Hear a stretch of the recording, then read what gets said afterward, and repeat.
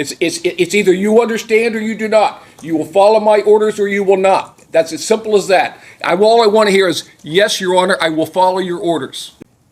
I don't see a man who's putting all the blame on his wife for his demise. In fact, I'd like to read just a paragraph or so out of his statement to the court.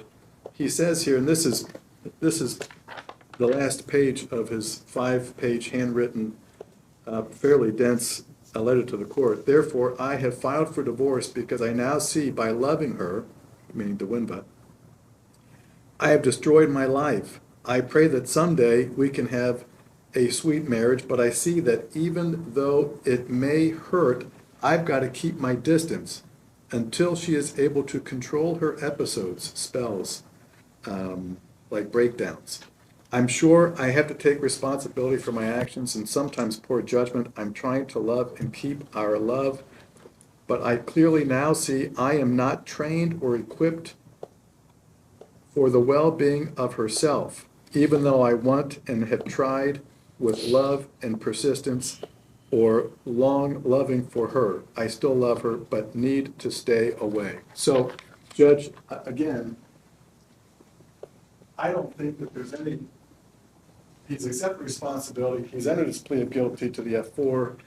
He acknowledges that there are things about this relationship that he does not know how to deal with, and he does not handle them very well. He does have a life experience of law-abiding citizenship. He was married for 38 years before that wife passed. Never did they have these types of struggles. Never was he ever charged with domestic violence. He owned and operated a business here locally in Lebanon. It's a pallet refurbishing and renewal business. It's his family business. He was the sole operator, but he from time to time had part-time employees helping him, part-time and full-time. But my point, Judge, is he got into this relationship purely out of his love for DeWinva, but there were things about the relationship that he had never experienced. I believe that there were mental health issues that he did not understand, and there were constant struggles that he did not know how to handle and did not know where to go for help. I believe that if the relationship is over and if Rodney can walk away, the court will never see him. I think he'll do very well on probation. He is responsive. He follows directions normally. If he understands what is required of him, he will follow through all the way. He's shown he's got a life of doing just that. Judge, we're not in favor of a prison sentence, obviously. I believe that Rodney would do very well on community control, whether it includes anger management or batter's intervention or even therapy to help him understand where this relationship went off the rails. I know he would like to address the court, but would ask the court for a sentence of community control.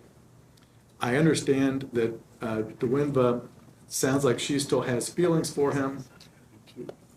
Rodney just said he has feelings for her, but they both realize they're better alone than they are together. So I do think that a no contact order would be appropriate. I will say this also, Rodney does have a home here in Lebanon. About 9 houses down from his home is DeWinva's father's home. My understanding was that she was living there. It sounded like to me that she said she might be homeless soon. I don't understand that.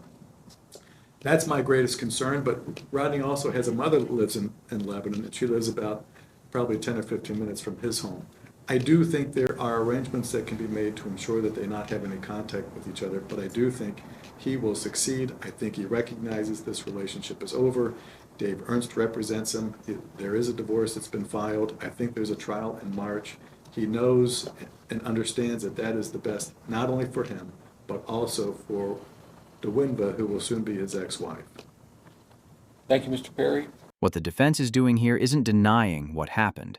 They're asking the court to focus on risk going forward.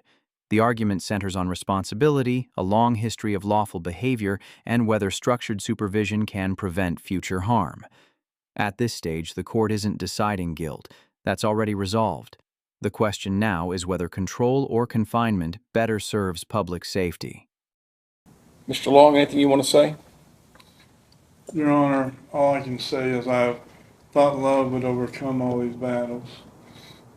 To me, marriage is more than a piece of paper. It's a covenant.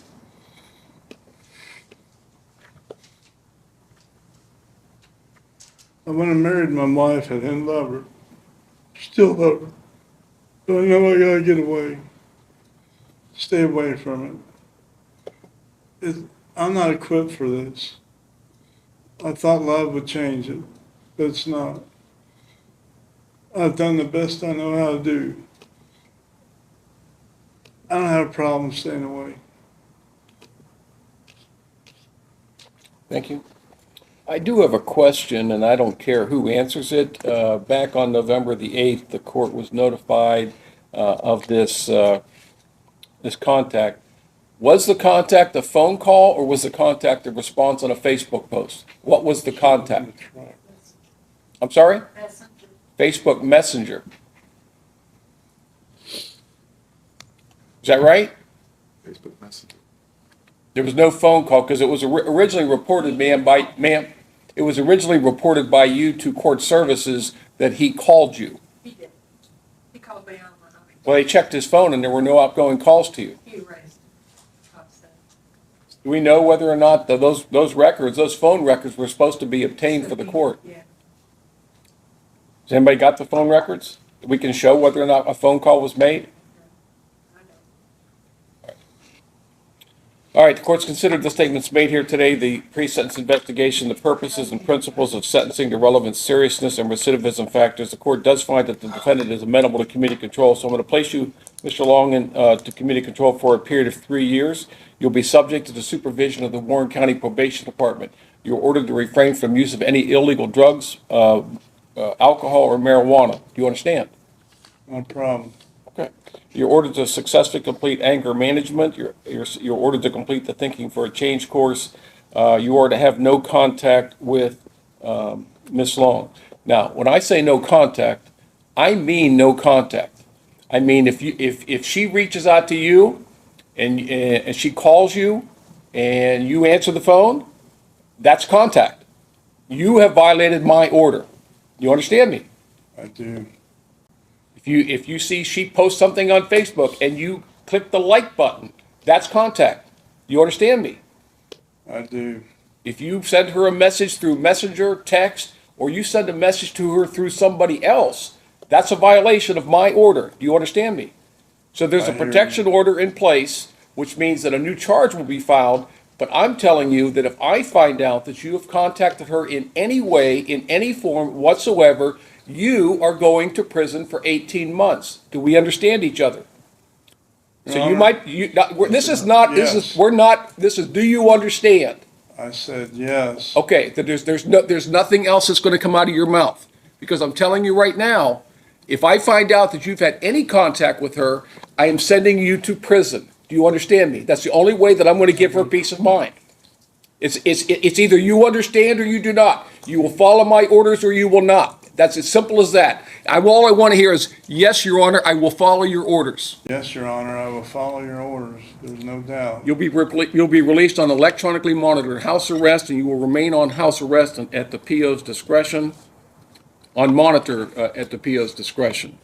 Now, you're also subject to a discretionary period of post-release control, which means that if you are sent to prison on this upon your release, the adult parole authority may supervise you for up to 2 years. If you violate that supervision, you can be returned to prison for up to 1/2 of this court's original sentence. If your violation is that you commit another felony, you can be returned to prison for 1 year or the period that you have left on PRC, whichever is longer. That time would run consecutive to any additional prison time that you get sentenced to. The court does find that you have the ability to pay the costs of prosecution. If you don't pay those, the court can order you to do community service of up to 40 hours per month until you're paid in full, or an appropriate arrangement is made for payment of those costs.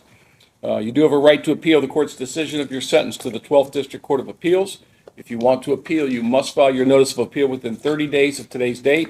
If you can't afford to pay for the transcript or anything necessary for your appeal, that can all be provided to you at no cost. If you cannot afford an attorney, I will appoint one for you at no cost. Ms. Tranter, is there anything else? No, sir, thank you. Mr. Perry? 2 issues, Judge, very briefly. Rodney's very literal. He's worried that there's going to be a divorce hearing and he's not going to be allowed to go because of the no contact order. I will explain to him it doesn't include court proceedings. As long as you're in this building with your attorney, that would not be a violation. But you will, any conversations with her will be through your attorney and your divorce attorney, not Mr. Perry, obviously, because he doesn't do divorces, right? Okay. Correct. Second question. Second issue, again, he's having another flare-up on his foot and his toes. He's going to see his podiatrist. There may very well be surgeries that require him to take medications. I just want to bring that to the court's attention. I was aware of that. The court actually had granted a furlough on I this. understand, yes. It was Lebanon Municipal that denied it, so We can adjust with the monitor Yeah. for any type of medical procedure. just talk with your, communication with your probation officer is important. If you have contact from Ms. Long, you do not respond to it, you just alert your probation officer, you need to keep them informed. The monitor is as much for her protection as it is for yours. So if she says that you've been around her, we're gonna be able to verify exactly where you are when. So, anything else, Mr. Perry? No, thank you, Judge. All right, that's all. Keely, Yes, your client did not show up? he is not showing up. I don't.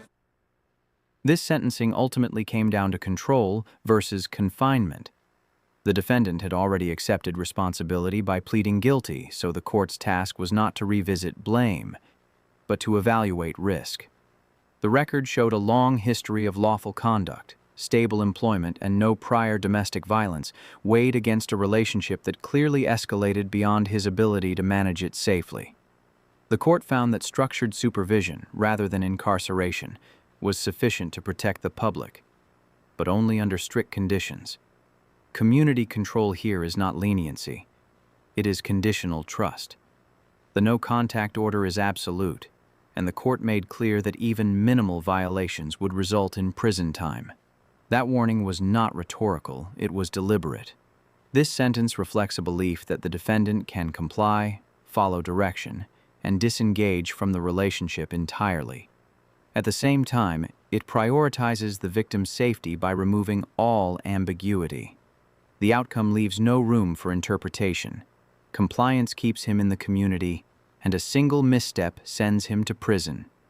In that sense, the court drew a clear line, offering accountability, supervision, and one final opportunity to do this the right way.